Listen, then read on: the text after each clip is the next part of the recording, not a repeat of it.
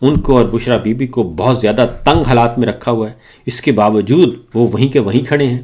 تو اس کی ریزن میں بتا دوں کہ حافظ صاحب نے، جج صاحب نے اپنے جو کچن کیبنٹ ہے ان کے ساتھ ڈسکس بھی کیا کہ جناب کسی بھی طریقے سے عمران خان صاحب کو راضی کر لیں، اور یہ جو اس وقت افتاد آن پڑی ہے جاتی عمرہ سے آل شریف کی طرف سے، تو ذرا نمٹ لیں گے، عمران خان صاحب کے ساتھ معاملات طے پا جائیں۔ لیکن عمران خان صاحب نے کل جو میسیج دیا وہ بالکل دو ٹوک انداز میں اسٹریٹ فارورڈ دیا، اور انہوں نے اس سارے کرائسس میں کوئی فائدہ نہیں اٹھانے کی کوشش کی، اور وہ اپورچونسٹ نہیں بنے کہ چلیں جی موقع سے فائدہ اٹھاتے ہیں، ہم ہاتھ بڑھاتے ہیں جنرل عاصم منیر صاحب کی طرف سے کی طرف، اور اس کی وجہ ہے کہ نواز شریف، شہباز شریف اور مریم سے ان کی بگڑ گئی ہے، نوٹیفیکیشن ان کا ہو نہیں رہا،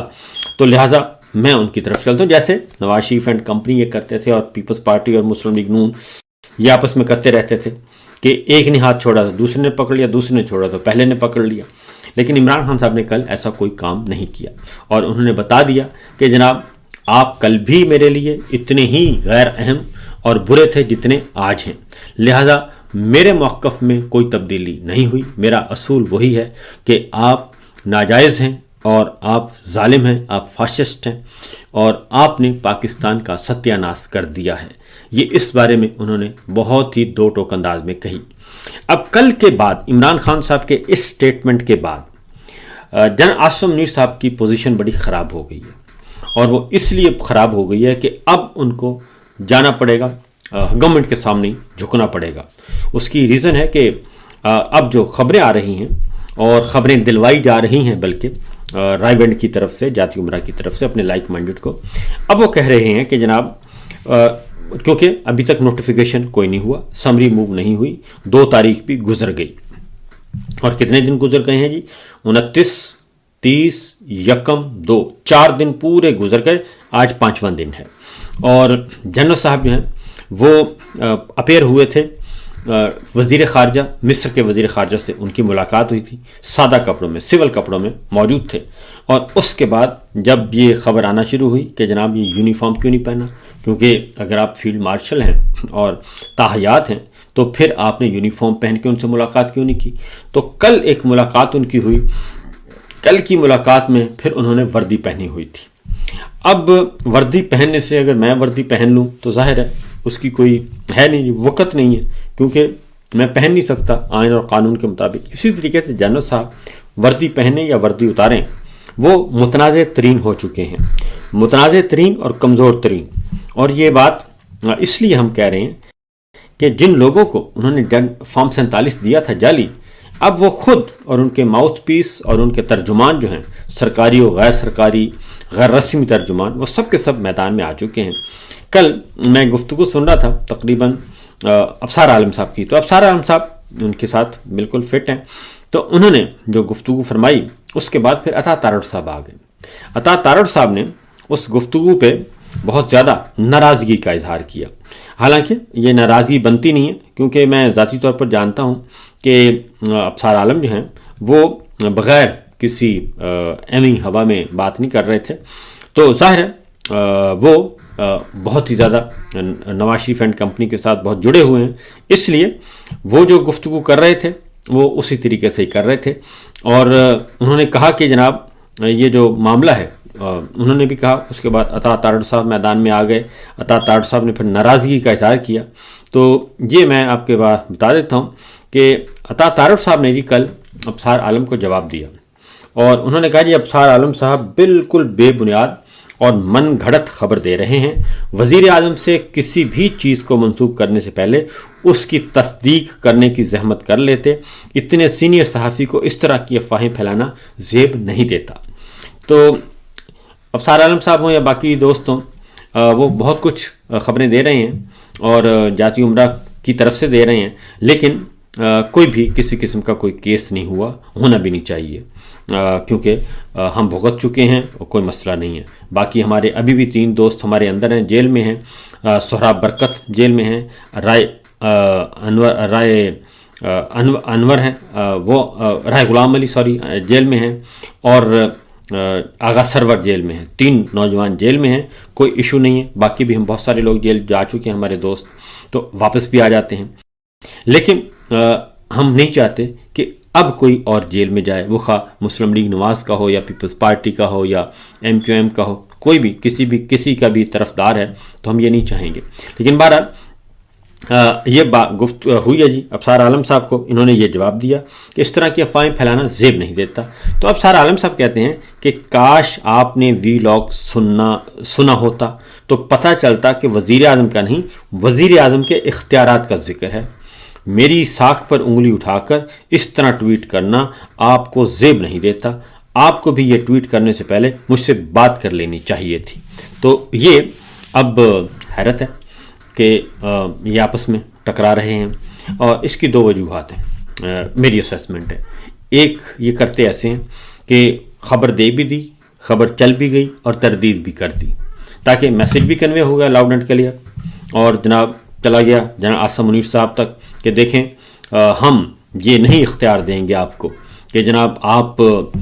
چیف آف ڈیفنس فورسز ہوئے ہیں اور آپ آرمی چیف کا تعین کریں، اور آپ جرنیلوں کا نیچے جو ہیں ان کے لیے آپ اتھارٹی ہوں، یہ ہم نہیں کریں گے۔ یہ وزیر اعظم کی اتھارٹی ہے اور وزیر اعظم کے پاس رہنی چاہیے، یہ اصولی طور پر 100% درست ہے، ایسا ہی ہونا چاہیے، کیونکہ اگر پرائم منسٹر آف پاکستان جو کہ چیف ایگزیکٹو ہے، اگر اس کے پاس آرمی چیف کی اپوائنٹمنٹ کا اختیار نہیں ہے، اس کے پاس چیف آف ڈیفنس فورسز کا، اس کے پاس DGISI کا اپوائنٹمنٹ کا اختیار نہیں ہے، وائس چیف کا اختیار نہیں ہے، تو پھر وہ چیف ایگزیکٹو کس بات کا ہوا؟ تو یہ سارے کے سارے، جبکہ معاملہ ہوتا ہے کہ اگر کابینہ تشکیل دینی ہوتی ہے تو بھی راولپنڈی سے لسٹ آ جاتی ہے کہ جناب پہلے ہمیں بتائیں کہ کس کو رکھنا ہے کس کو نہیں رکھنا۔ تو لہٰذا ابصار عالم صاحب کی جو بات ہے وہ انہوں نے بات کر بھی دی اور اس کے بعد تردید بھی کر دی۔ تو یہ بات ذرا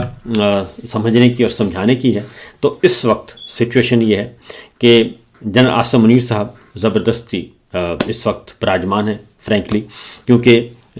آئین اور قانون کے مطابق تمام جتنے بھی طالب علم ہیں قانون کے اور جتنے بھی اس وقت ماہرین آئین اور قوانین جو سمجھے جاتے ہیں وہ سب کے سب کہہ رہے ہیں کہ ان کو نیا نوٹیفیکیشن چاہیے۔ تو بہرحال ابھی تک اس وقت تک کی اطلاع کے مطابق تو نوٹیفیکیشن نام کی کوئی چیز نہیں آئی، اور ادھر عمران خان صاحب نے بھی انکار کر دیا ہے جنرل عاصم منیر صاحب سے ہاتھ ملانے سے، اور انہوں نے کل کی جو گفتگو کی پچھلے ولاگ میں ساری تفصیل کے ساتھ بتا چکا ہوں، اس کو ضرور سن لیجیے گا۔ اس میں انہوں نے 2 اور 2 4 کی طرح بتا دیا۔ سہیل آفریدی صاحب کے بارے میں انہوں نے کہا کہ دی بیسٹ، اور انہوں نے کہا فرنٹ فٹ پہ کھیلیں۔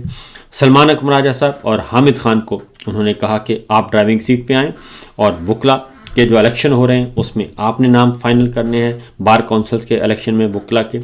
اور انتظار پنجھوتا کو انہوں نے جواب دے دیا کہ آپ نے انوالو نہیں ہونا، تو حامد خان اور سلمان اکمل راجہ صاحب کریں گے۔ پھر سیاسی کمیٹی ختم کر دی، اور سیاسی کمیٹی ختم کر کے سلمان اکمل راجہ صاحب کو کہا ہے کہ آپ اپنی کمیٹی تشکیل دیں اور چھوٹی کمیٹی بنا کے اور معاملات امور مملکت، امور پارٹی، امور سیاست جو ہیں وہ چلائیں۔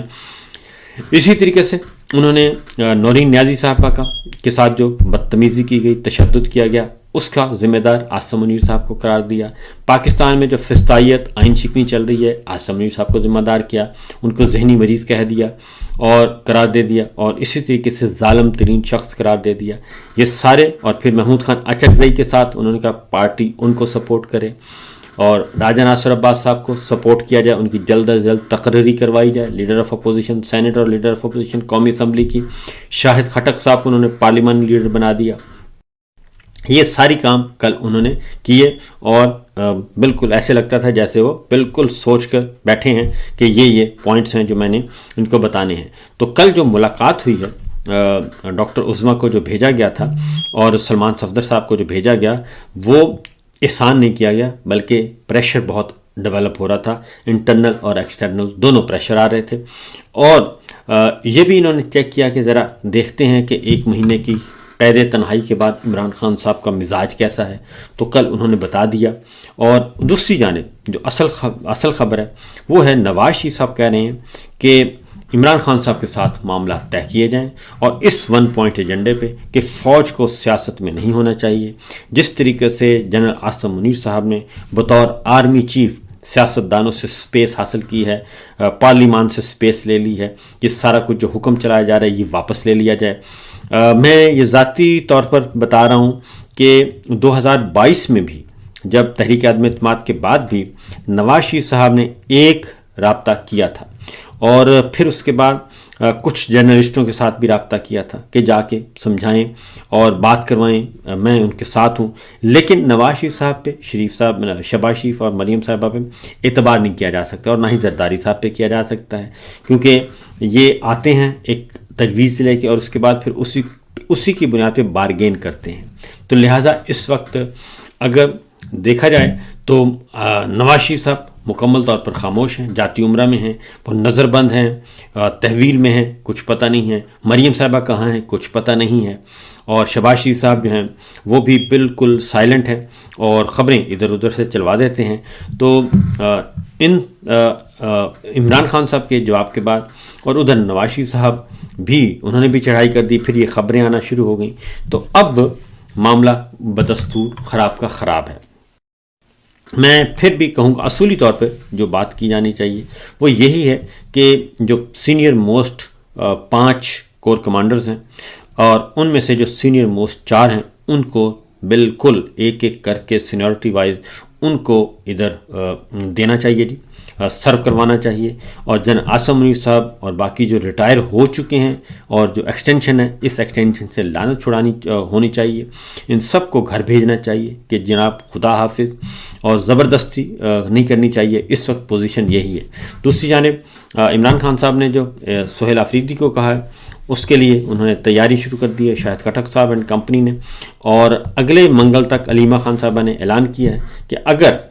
اگلے منگل کو سب کی ملاقات نہ کروائی گئی تو پھر دھرنا بھی ہوگا، سب کچھ ہوگا۔ تو اس وقت جی پراکسیز کے ذریعے ہماری ملٹری اسٹیبلشمنٹ مکمل طور پر خاموش ہے، D G I S P R مکمل خاموش ہیں، اور کچھ نمبرز بھی انہوں نے بلاک کر دی ہیں، میں ذاتی طور پہ جانتا ہوں۔ پہلے وہ رابطے میں تھے، تمام صحافی جو ہیں ان کے ساتھ وہ بہت کم لمیٹڈ اپنے آپ کو کر لیا ہے اور فی الوقت خبریں چلوائی جا رہی ہیں، لیکن حقیقت حال یہ ہے کہ یہ کرائسس بڑھتا جا رہا ہے اور پاکستان ایک بنانا ریپبلک بن چکا ہے۔ اب دیکھتے ہیں کہ نواز شریف صاحب، شہباز شریف صاحب اور مریم صاحبہ ان میں سے کون آگے بڑھتا ہے اور کتنے میں سودا کرتا ہے، کیونکہ سودا تو ہونا ہے، اور دوسری جانب عمران خان صاحب ہیں، ان کا جادو سر چڑھ کر بول رہا ہے، وہ اندرون ملک بھی اور بیرون ملک بھی، کسی قسم کی کوئی قدغن نہیں، کوئی رکاوٹ نہیں ہے ان کو، لہذا وہ بدستور اپنے وکٹری سٹینڈ پہ ہیں، مقبولیت کے اعتبار سے، ہر اعتبار سے۔ تو فی الوقت اتنا ہی جناب، دیکھتے ہیں کہ عمران خان صاحب کے ساتھ نواز شریف صاحب کب ملاقات کرتے ہیں اڈیالہ میں، یہ ہے سب سے بڑی خبر ہوگی جب ملاقات کریں گے۔ اجازت دیجیے، اللہ حافظ۔